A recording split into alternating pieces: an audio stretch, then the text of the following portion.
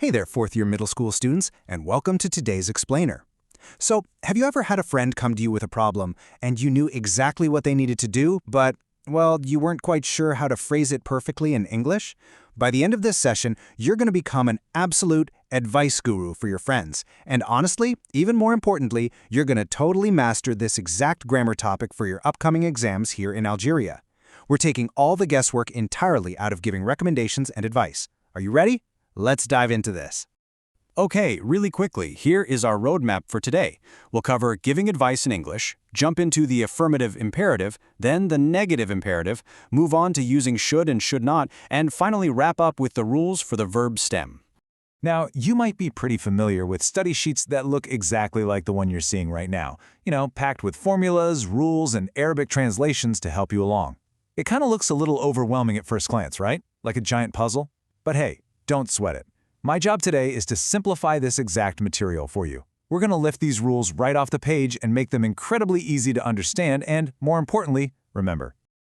All right, let's jump right into Section 1, Giving Advice in English, and the affirmative imperative. So what exactly is an imperative? Well, it's the grammar structure you want to pull out of your toolkit when a friend or a classmates need direct, clear, and immediate advice. There's no beating around the bush here. It is straight to the point. As the definition shows, it's a direct way to give a recommendation or advice by starting the sentence immediately with the verb. You don't say, you do this, or he does that. Nope. You skip the subject entirely and jump right into the action word. It's confident, it's clear, and it is absolutely the strongest way to tell someone what to do. Notice how perfectly the two sides of the imperative coin compare here. On the left side, the affirmative imperative is just an incredibly simple formula, verb stem plus the object. For example, help the needy. Help is our verb stem, sitting right at the very front. But what if we want to tell someone what not to do? Well, on the right side, the negative imperative brilliantly illustrates just how simple English grammar can be. All we do is slap the word don't at the very beginning. The formula becomes don't plus verb stem plus object. So our example is don't talk in the class. By literally just adding don't, you've completely flipped the formula from a positive recommendation into negative advice. Pretty cool, right? Moving right along to Section 2, using should and should not. Okay, so while the imperative is very direct, kind of almost like a command, using should gives us a softer, gentler way to offer recommendations. To master it, I want you to think of it like a really simple, logical math formula. Step 1. Start with your subject. Who are you actually talking to? Step 2. Add your advice word, either should for something they need to do, or should not for something they need to avoid. And Step 3. Finish it off with the verb in its stem form, plus the rest of the sentence, which is the object. So subject plus should plus verb stem. Seriously, once you memorize this sequence, you will never get this question wrong on your English exam. Let's see that formula in action with some positive advice. You should help the sick people. Notice the tone here. It doesn't sound quite as bossy or forceful as simply saying, help the sick people. Instead, by using you should, you're offering a gentle, encouraging recommendation. You're just guiding them toward the right choice. And in contrast to that, let's look at a piece of negative advice. You should not be selfish. Just like we added don't to the imperative earlier, here we simply add not right after should. Should not. It guides behavior away from negative actions, but it still totally maintains that helpful advising tone, rather than sounding like a strict order. All right, final stretch. Section 3, Rules for the verb stem. So, we've covered our two main tools, imperatives and should. But before we finish up, we have got to address the most important, non-negotiable grammar rules you absolutely must remember for your exams. First, when you're using should, the subject can be a name, like Ali or Amina, or it can be a pronoun, like you, he, or she. But here is the single most crucial point of this entire explainer, so listen closely. The verb is always in its base form. We call this the verb stem. That means absolutely no conjugation. You never add an S at the end, you never add ing, you never add ed, and you never ever put to in front of it. It is never you should to help or you should helping. Actually, scratch that. Just remember it is always simply help. Keep the verb pure, keep it in its base form, and I promise you, you will construct a perfect English sentence every single time. And just like that, that brings us to the end of our lesson. But I can't let you go without a quick test of your new skills. Imagine your friend is acting a bit selfish today. Based on everything we just talked about, what advice do you give them? Do you use a direct negative imperative and tell them, don't be selfish? Or do you use a slightly softer approach and say, you should not be selfish? The beauty of it is, you now have the exact grammar tools to do both of them perfectly. Keep practicing these formulas, good luck on your exams, and I'll catch you in the next explainer. Hey everyone, and welcome to today's explainer. I am absolutely thrilled to have you here. Today we are kicking off a really fascinating exploration into Sequence 3 of the 4MS curriculum, Me, My Community, and Citizenship. But here's the twist. We aren't just looking at the social concepts today, we are diving into the actual mechanics of how we express them. We're going to see exactly how the grammatical choices we make today can literally shape our sentences about tomorrow. Get ready to master the conditional type 1. Here is our roadmap for today. We'll be hitting Section 1, the conditional type 1. Section 2, predicting the future. Section 3, flipping the clauses. Section 4, the imperative form. And finally, Section 5, being a good citizen. Let's jump right in. Section 1. The conditional type 1. We are working straight from our authentic source document today, the Bilingual 4MS Study Guide.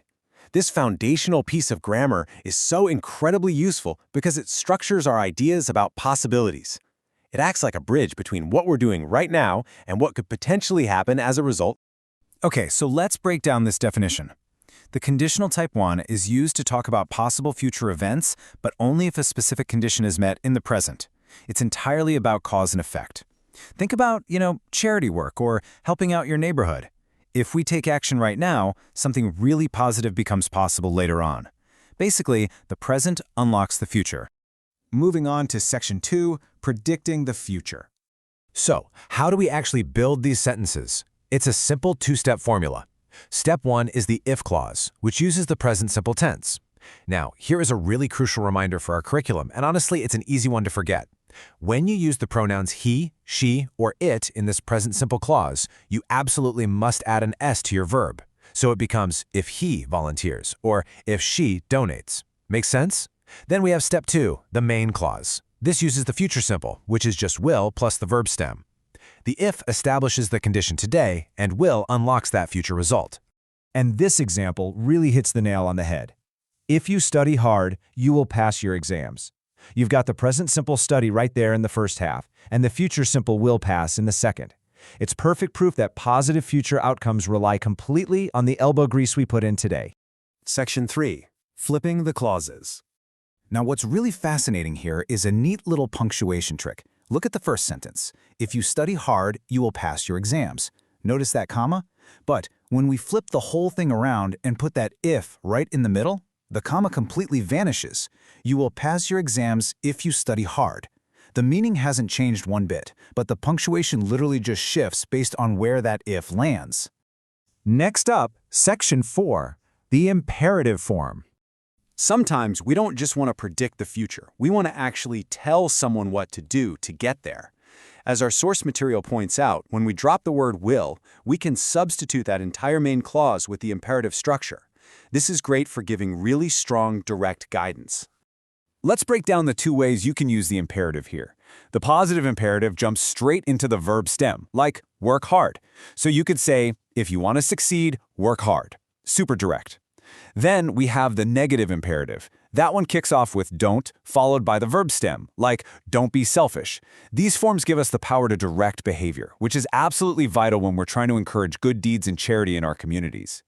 And that brings us to Section 5, being a good citizen. Let's see this in practice. The absolutely crucial point here is that even when we use the imperative form, our trusty comma rule still applies perfectly. If that if is sitting at the front, we need a comma. If you want to be a good citizen, don't be selfish. But if we start strong with the imperative, don't be selfish, the if moves to the middle, and poof, the comma vanishes again. I really want to highlight this specific example from our source material because it beautifully bridges the gap between a strict grammar rule and a really profound piece of civic advice. Being a good citizen is literally all about thinking of others. And in today's era of intense globalization and the internet, our community isn't just the physical street we live on anymore, it's the global digital spaces we interact in too. If you post online, be kind. If you want to be a good citizen, don't be selfish, and that applies whether you're organizing a local charity drive in your hometown or chatting with someone halfway across the globe. Well, that wraps up our explainer for today. But before we go, I want to leave you with one final, grammatically perfect question. It's a real challenge to apply exactly what you've just mastered. If you want to improve your community today, what will you do? Take this conditional type 1 out into the real world and use it to shape an amazing future. Thanks so much for tuning in, and I'll catch you next time.